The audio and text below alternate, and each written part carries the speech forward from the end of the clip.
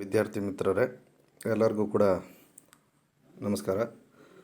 ದಾವಣಗೆರೆ ವಿಶ್ವವಿದ್ಯಾನಿಲಯ ರಾಜ್ಯಶಾಸ್ತ್ರ ವಿಭಾಗ ಪ್ರಥಮ ಸೆಮಿಸ್ಟರ್ ಪ್ರಥಮ BA ವಿದ್ಯಾರ್ಥಿಗಳಿಗೆ 3ನೇ ಚಾಪ್ಟ್ರಲ್ಲಿ ಇರ್ತಕ್ಕಂತಹ ಕಲ್ಯಾಣ ರಾಜ್ಯದ ಸಿದ್ಧಾಂತ ಸೆಷನ್ ನಂಬರ್ 30 ಇದರ ಕುರಿತಾಗಿ ನಾವು ಇವತ್ತು ನೋಡೋಣ.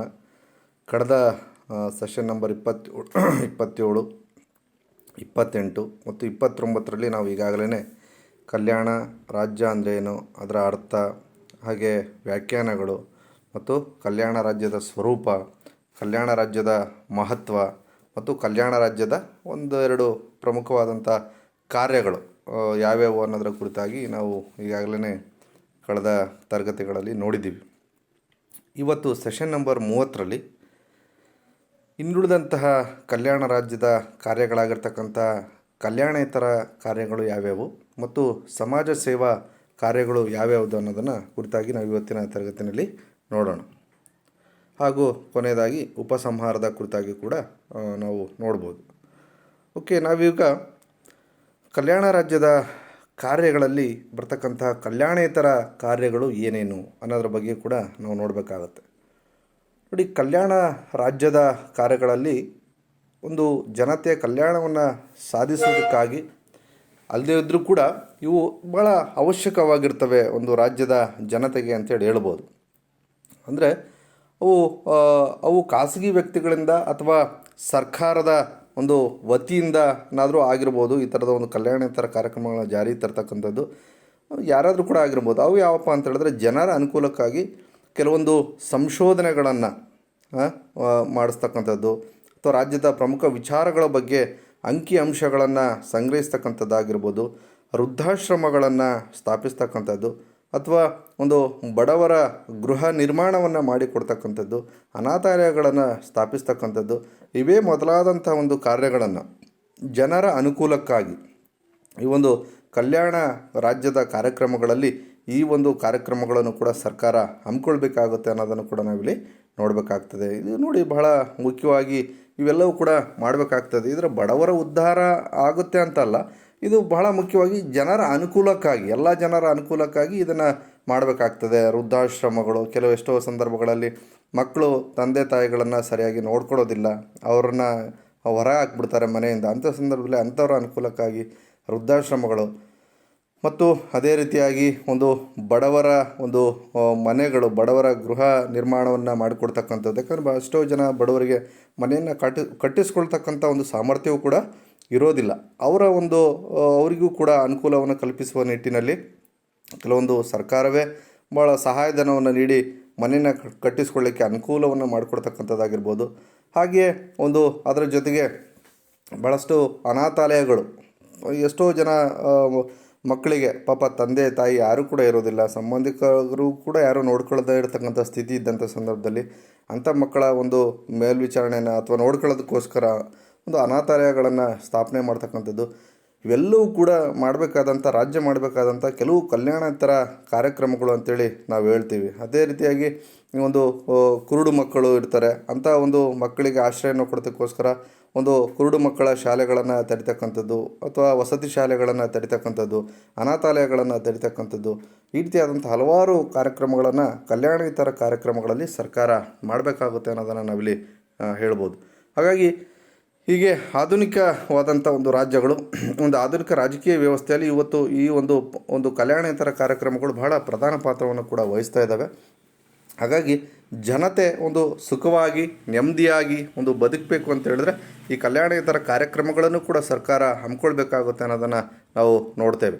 ಹೀಗಾಗಿ ಸರ್ಕಾರದ ವಿರುದ್ಧ ಚಳುವಳಿಯನ್ನು ಮಾಡ್ತಕ್ಕಂಥದ್ದು ಅಥವಾ ಈ ರೀತಿಯಾದಂಥ ಜನತೆ ಸರ್ಕಾರದ ವಿರುದ್ಧ ಏನಂತ ಹೇಳಿದ್ರೆ ಜನತೆ ಸರಿಯಾದ ರೀತಿಯಲ್ಲಿ ನಡ್ಕೊಂಡಾಗ ಅಲ್ಲಿ ಜನರು ಕೂಡ ಒಂದು ಸರ್ಕಾರದ ಪರವಾಗಿರ್ತಾರೆ.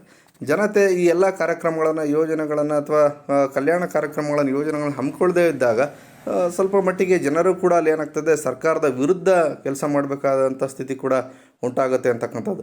ಹಾಗಾಗಿ ಪ್ರತಿಯೊಂದು ರಾಷ್ಟ್ರವೂ ಕೂಡ ಇವತ್ತೇನಾಗ್ತದೆ, ವಿಶ್ವದ ಪ್ರತಿಯೊಂದು ರಾಷ್ಟ್ರವೂ ಕೂಡ ಒಂದು ಆರ್ಥಿಕತೆಗೆ ತಕ್ಕಂತೆ ಹಲವಾರು ಕಲ್ಯಾಣೇತರ ಯೋಜನೆಗಳನ್ನು ಕೂಡ ಹಮ್ಮಿಕೊಳ್ತಾ ಇರ್ತಕ್ಕಂಥದ್ದನ್ನು ನಾವಿಲ್ಲಿ ಗಮನಿಸ್ಬೋದು ಅಂತೇಳಿ. ಹಾಗೆ ಇದಿಷ್ಟು ಒಂದು ಕಲ್ಯಾಣೇತರ ಕಾರ್ಯಕ್ರಮಗಳು ಯಾವ್ಯಾವು ಅನ್ನೋದನ್ನು ನಾವು ನೋಡಿದ್ವಿ. ಈಗ ನಾಲ್ಕನೇದು ಸಮಾಜ ಸೇವಾ ಕಾರ್ಯಗಳು. ನೋಡಿ, ಇದು ಕೂಡ ಬಹಳ ಮುಖ್ಯವಾಗಿ, ಅಂದರೆ ನಾನು ಆಗಲೇ ಹೇಳ್ದಂಗೆ ಈ ಎಲ್ಲ ಮೇಲಿನ ಎಲ್ಲ ಕಾರ್ಯಗಳ ಬಗ್ಗೆ ನಾನು ಏನು ಹೇಳಿದೆ, ಇವು ಸಮಾಜ ಸೇವಾ ಕಾರ್ಯಗಳಾಗಿದ್ದರೂ ಕೂಡ ಪಾಶ್ಚಿಮಾತ್ಯ ರಾಷ್ಟ್ರಗಳಲ್ಲಿ ವಿವಿಧ ರೀತಿಯಾದಂಥ ಒಂದು ಸಮಾಜ ಸೇವಾ ಕಾರ್ಯಗಳನ್ನು ಹಮ್ಮಿಕೊಳ್ಳುವ ಮೂಲಕ ಇಲ್ಲಿ ಸಾಕಷ್ಟು ರೀತಿಯಾದಂಥ ಒಂದು ಡೆವಲಪ್ಮೆಂಟನ್ನು ಅಥವಾ ಅಭಿವೃದ್ಧಿಯನ್ನು ಮಾಡಿರ್ತಕ್ಕಂಥದ್ದನ್ನು ಕೂಡ ನಾವು ನೋಡ್ತೇವೆ. ಅಂತಹ ಒಂದು ಪ್ರಮುಖವಾದಂಥ ಇಂಥ ಸಮಾಜ ಸೇವಾ ಕಾರ್ಯಗಳನ್ನು ಹಮ್ಮಿಕೊಂಡಿರ್ತಕ್ಕಂಥ ಕೆಲವು ರಾಷ್ಟ್ರಗಳಂತ ಹೇಳಿದ್ರೆ ಫ್ರಾನ್ಸ್ ಮತ್ತು ಪರ್ಷಿಯಾ, ಇಂತಹ ಕೆಲವು ರಾಷ್ಟ್ರಗಳಲ್ಲಿ ಒಂದು ಸಂಪೂರ್ಣವಾದಂಥ ರಾಜ್ಯದ ಸಂಪೂರ್ಣ ನಿಯಂತ್ರಣದಲ್ಲಿ ಶಿಕ್ಷಣ ವ್ಯವಸ್ಥೆಯನ್ನು ಹೊಂದಿರತಕ್ಕಂಥದ್ದನ್ನು ನಾವಿಲ್ಲಿ ನೋಡ್ಬೋದು. ನಮ್ಮ ರೀತಿಯಲ್ಲಿ ಅಲ್ಲಿ ಒಂದು ಖಾಸಗಿ ಶಾಲೆಗಳಿಗೆ ಅಲ್ಲಿ ಅವಕಾಶವೇ ಇಲ್ಲ. ಆ ಒಂದು ದೇಶಗಳಲ್ಲಿ, ಉದಾಹರಣೆ ಪರ್ಷಿಯಾ, ಫ್ರಾನ್ಸ್ ಇಂಥ ರಾಷ್ಟ್ರಗಳಲ್ಲಿ ಸಂಪೂರ್ಣವಾಗಿ ಶಿಕ್ಷಣ ಅಂತಕ್ಕಂಥದ್ದು ಸರ್ಕಾರದ ನಿಯಂತ್ರಣಕ್ಕೆ ಒಳಪಟ್ಟಿದೆ. ಸರ್ಕಾರವೇ ಮಕ್ಕಳಿಗೆ ಸಂಪೂರ್ಣವಾಗಿ ಉಚಿತ ಮತ್ತು ಕಡ್ಡಾಯ ಶಿಕ್ಷಣವನ್ನು ಅಲ್ಲಿ ಕೊಡ್ತದೆ. ಅಲ್ಲಿ ಯಾವುದೇ ಥರದ ಖಾಸಗಿ ಶಾಲೆಗಳಿಗೆ ಅವಕಾಶ ಇಲ್ಲದೆ ಇರತಕ್ಕಂಥದ್ದನ್ನು ಕೂಡ ನಾವಿಲ್ಲಿ ನೋಡ್ತೇವೆ.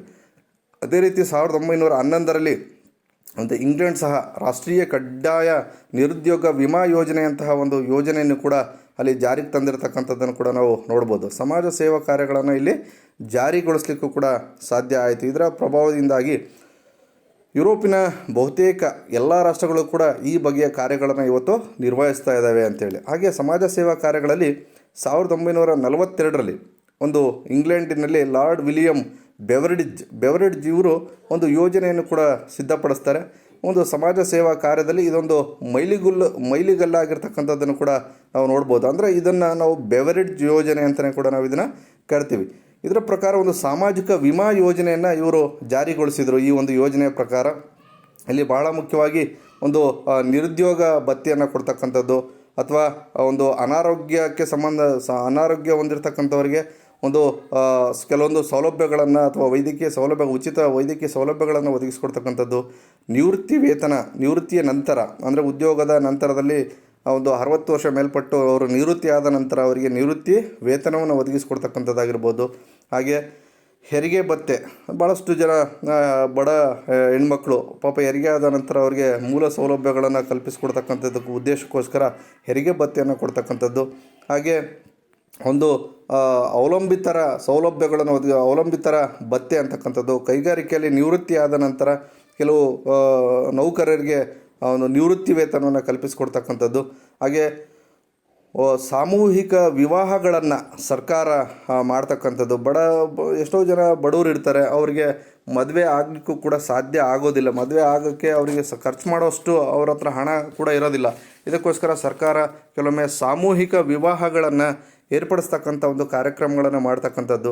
ವಯಸ್ಕರ ಒಂದು ಉತ್ತರಾದಿ ಕ್ರಿಯೆಗೆ ಅನುದಾನಗಳನ್ನು ಕೂಡ ಕೊಡ್ತಕ್ಕಂಥದ್ದು. ಅಂದರೆ ಮರಣ ಹೊಂದಿದ ನಂತರ ಅವರ ಉತ್ತರಾದಿ ಕ್ರಿಯೆಗಳನ್ನು ನಡೆಸಲಿಕ್ಕೋಸ್ಕರ ಒಂದು ಬಡವರಿಗೋಸ್ಕರ ಹಣಕಾಸಿನ ಸೌಲಭ್ಯವನ್ನು ಒದಗಿಸುವುದು ಕೂಡ ಒಂದು ಸಮಾಜ ಸೇವಾ ಒಂದು ಕಾರ್ಯಗಳಲ್ಲಿ ಬರುತ್ತೆ. ಈ ಥರದ ಒಂದು ಕಾರ್ಯಕ್ರಮಗಳನ್ನು ಕೂಡ ಸರ್ಕಾರ ಹಮ್ಮಿಕೊಂಡಿರ್ತಕ್ಕಂಥದ್ದು ನಾವು ನೋಡ್ತಿದ್ದೀವಿ. ಈ ರೀತಿಯಾಗಿ ಬೆವರಿಡ್ಜ್ ಅವರ ಈ ಒಂದು ವರದಿಯನ್ನು ಕಲ್ಯಾಣ ರಾಜ್ಯದ ಒಂದು ವ್ಯಾಪ್ತಿಯಲ್ಲಿ ನಾವು ಮತ್ತಷ್ಟು ಇದನ್ನು ವಿಸ್ತರಿಸಿತು ಅಂತೇಳಿ ನಾವಿಲ್ಲಿ ಹೇಳ್ಬೋದಾಗಿದೆ. ಹಾಗಾಗಿ ಕಲ್ಯಾಣ ರಾಜ್ಯದ ಉಗಮ ಇದರಿಂದ ಸಾಧ್ಯ ಆಯಿತು. ಈ ಒಂದು ಯೋಜನೆ ಪ್ರಜಾಸತ್ತಾತ್ಮಕವಾದಂಥ ಒಂದು ಚೌಕಟ್ಟಿನಲ್ಲಿಯೇ ಮಾನವರ ಕಲ್ಯಾಣ ಸಾಧ್ಯ ಇದೆ ಅಂತಕ್ಕಂಥದ್ರ ಒಂದು ದ್ಯೋತಕವಾಗಿರ್ತಕ್ಕಂಥದ್ದನ್ನು ಕೂಡ ನಾವು ಇದನ್ನು ನೋಡ್ತೇವೆ ಅಂತೇಳಿ.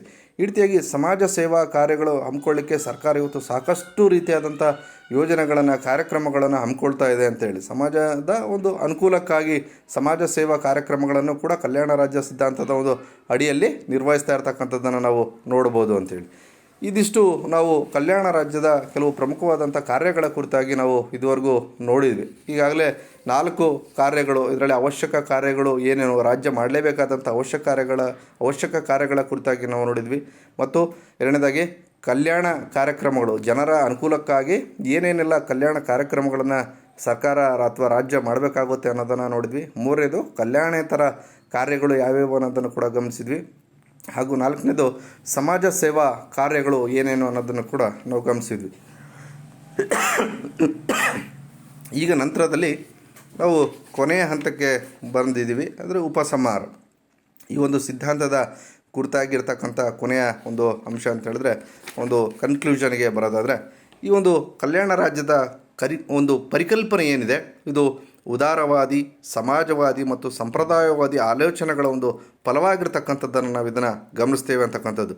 ಅಂದರೆ ಒಂದು ಬ್ರಿಟಿಷ್ ಈ ಪರಿಕಲ್ಪನೆ ಅಂತಕ್ಕಂಥದ್ದು ಬ್ರಿಟಿಷ್ ಸಾಮ್ರಾಜ್ಯದ ಒಂದು ಚಾರಿತ್ರಿಕವಾದಂಥ ಒಂದು ಹಿನ್ನೆಲೆಯಿಂದ ಹೊರಬಂದಿರತಕ್ಕಂಥ ಒಂದು ಪರಿಕಲ್ಪನೆ ಕೂಡ ಆಗಿದೆ ಅಂತಕ್ಕಂಥದ್ದು.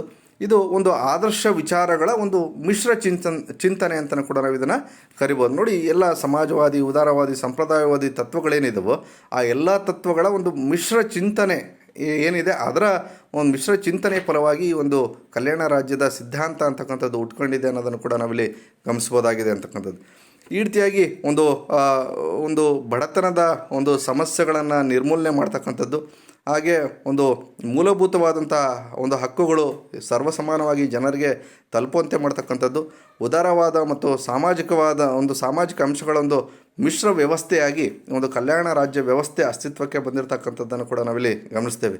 ಹಾಗಾಗಿ ಕಲ್ಯಾಣ ರಾಜ್ಯ ಅಂತಕ್ಕಂಥದ್ದು ಎಲ್ಲರಿಗೂ ಕೂಡ ಸಮಾನವಾದಂಥ ಹಕ್ಕುಗಳು ಮತ್ತು ಸಮಾನತೆಯನ್ನು ಒದಗಿಸುವ ಒಂದು ಬಹುಮುಖ್ಯವಾದಂಥ ಒಂದು ಉದ್ದೇಶವನ್ನು ಹೊಂದಿರತಕ್ಕಂಥದ್ದನ್ನು ನಾವಿಲ್ಲಿ ನೋಡ್ತೇವೆ ಅಂತಕ್ಕಂಥದ್ದು. ಅಂದರೆ ಬಹಳ ಮುಖ್ಯವಾಗಿ ದುರ್ಬಲ ವರ್ಗದವರನ್ನು ಅಥವಾ ಕೆಳವರ್ಗದವರನ್ನು, ಹಿಂದುಳಿದ ವರ್ಗದವರನ್ನು ಅವಶ್ಯಕವಾದಂಥ ಒಂದು ಸಾಮಾನ್ಯ ಸೇವೆಗಳನ್ನು ಅವರಿಗೆ ಒದಗಿಸ್ಕೊಡ್ತಕ್ಕಂಥ ಬಹಳ ಪ್ರಮುಖವಾದಂಥ ಒಂದು ಕಾರ್ಯವನ್ನು ಈ ಒಂದು ಕಲ್ಯಾಣ ರಾಜ್ಯದ ಸಿದ್ಧಾಂತ ಮಾಡ್ತಾ ಇದೆ ಅನ್ನೋದನ್ನು ಕೂಡ ನಾವು ಬಹಳ ಮುಖ್ಯವಾಗಿ ನೋಡಬೇಕಾಗುತ್ತೆ. ನೋಡಿ, ಇಲ್ಲಿ ಬಹಳಷ್ಟು ಜನ ಬಡವರು ಇರ್ತಾರೆ, ದುರ್ಬಲ ವರ್ಗದವ್ರು ಇರ್ತಾರೆ, ಹಿಂದುಳಿದ ವರ್ಗದವ್ರು ಇರ್ತಾರೆ. ಅವರ ಒಂದು ಕಲ್ಯಾಣವನ್ನು ಸಾಧಿಸುವುದೇ ಇದರ ಬಹುಮುಖ್ಯವಾದಂಥ ಒಂದು ಕಾರ್ಯವೂ ಕೂಡ ಆಗಿದೆ ಅಥವಾ ಉದ್ದೇಶವೂ ಕೂಡ ಆಗಿದೆ ಅನ್ನೋದನ್ನು ನಾವು ಇದ್ರ ಮೂಲಕ ಇಷ್ಟೊತ್ತು ನೋಡಿದ್ವಿ. ಈ ರೀತಿಯಾಗಿ ಕಲ್ಯಾಣ ರಾಜ್ಯದ ಒಂದು ಪರಿಕಲ್ಪನೆ ಅಂತಕ್ಕಂಥದ್ದು ಬಂಡವಾಳಶಾಹಿ ಮತ್ತು ಸಮಾಜವಾದದ ಒಂದು ನಡುವಿನ ಒಂದು ತತ್ವ ಅಂತೇಳಿ ಕರಿಬೋದು. ಹಾಗಾಗಿ ನಾಗರಿಕರಿಗೆ ಒಂದು ಮಿತವಾದಂಥ ಒಂದು ಆರ್ಥಿಕ ಭದ್ರತೆಯನ್ನು ಒದಗಿಸ್ತಕ್ಕಂಥದ್ದು ಬಹುಮುಖ್ಯವಾದಂಥ ಒಂದು ಗುರಿಯನ್ನು ಕೂಡ ಹೊಂದಿದೆ ಈ ರೀತಿ ಕಲ್ಯಾಣ ರಾಜ್ಯದ ಪರಿಕಲ್ಪನೆ ಒಂದು ಉದಾರವಾದಿ ಚಿಂತನೆ ಇದ್ದರೂ ಕೂಡ ಸಮುದಾಯದ ಚಿಂತನೆಗಳಿಗೆ ಇಲ್ಲಿ ಹೆಚ್ಚಿನ ಆದ್ಯತೆಯನ್ನು ಕೂಡ ಕೊಟ್ಟಿದೆ. ಉದಾರವಾದಿ ಚಿಂತನೆ ಇದ್ದರೂ ಕೂಡ ಸಮುದಾಯದ ಚಿಂತನೆಗಳಿಗೆ ಆದ್ಯತೆಯನ್ನು ಕೊಡೋ ಮೂಲಕ ಇಲ್ಲಿ ಇದು ರಾಜ್ಯಕ್ಕಿಂತ ಸಮಾಜವೇ ಮುಖ್ಯ ಅಂತಕ್ಕಂಥ ನಂಬಿಕೆಯನ್ನು ಹೊಂದಿದ್ದು ಒಂದು ಆರ್ಥಿಕ, ಸಾಮಾಜಿಕ, ಸಾಂಸ್ಕೃತಿಕ ಒಂದು ಉನ್ನತಿಗೆ ಶ್ರಮಿಸ್ತಕ್ಕಂಥದ್ದು ಇದರ ಬಹುಮುಖ್ಯವಾದಂಥ ಉದ್ದೇಶವಾಗಿದೆ ಅಂತಕ್ಕಂಥದ್ದನ್ನು ಕೂಡ ನಾವಿಲ್ಲಿ ನೋಡ್ತೇವೆ ಅಂತೇಳಿ. ಈ ರೀತಿಯಾಗಿ ಒಂದು ಕಲ್ಯಾಣ ರಾಜ್ಯದ ಒಂದು ಸಿದ್ಧಾಂತ ಇವತ್ತು ಬಹಳ ಪ್ರಮುಖವಾದಂಥ ಒಂದು ಪಾತ್ರವನ್ನು ವಹಿಸ್ತಾ ಇದೆ ಅಂತಕ್ಕಂಥದ್ದನ್ನು ನಾವಿಲ್ಲಿ ನೋಡ್ಬೋದು. ವಿದ್ಯಾರ್ಥಿಗಳೇ, ಇದುವರೆಗೂ ಕೂಡ ನಾವು ಕಲ್ಯಾಣ ರಾಜ್ಯದ ಸಿದ್ಧಾಂತದ ಕುರಿತಾಗಿ ಒಂದು ಸುಮಾರು 4 ಸೆಷನ್ಗಳಲ್ಲಿ ಕಲ್ಯಾಣ ರಾಜ್ಯದ ಸಿದ್ಧಾಂತವನ್ನು ಕುರಿತಾಗಿ ನಾವು ನೋಡಿದ್ವಿ. ಇಲ್ಲಿಗೆ ಈ 30ನೇ ಸೆಷನ್ನು ಇಲ್ಲಿಗೆ ಮುಗೀತು. ಇಲ್ಲಿಗೆ ಕಲ್ಯಾಣ ರಾಜ್ಯದ ಟಾಪಿಕ್ ಕೂಡ ಕಂಪ್ಲೀಟ್ ಆಯಿತು. ನಾವು ಮುಂದಿನ ಒಂದು ತರಗತಿಯ ಇಲ್ಲಿ ಇನ್ನುಳಿದಂಥ ಬೇರೆ ಚಾಪ್ಟರ್ ಅಥವಾ 4ನೇ ಚಾಪ್ಟರಲ್ಲಿ ಬರ್ತಕ್ಕಂಥ ಹಕ್ಕುಗಳ ಕುರಿತಾಗಿ ನಾವು ಮುಂದಿನ ತರಗತಿಯಲ್ಲಿ ನೋಡೋಣ. ತರಗತಿಯನ್ನು ವೀಕ್ಷಿಸಿದಂಥ ಎಲ್ಲರಿಗೂ ಕೂಡ ಧನ್ಯವಾದಗಳು. Thank you all.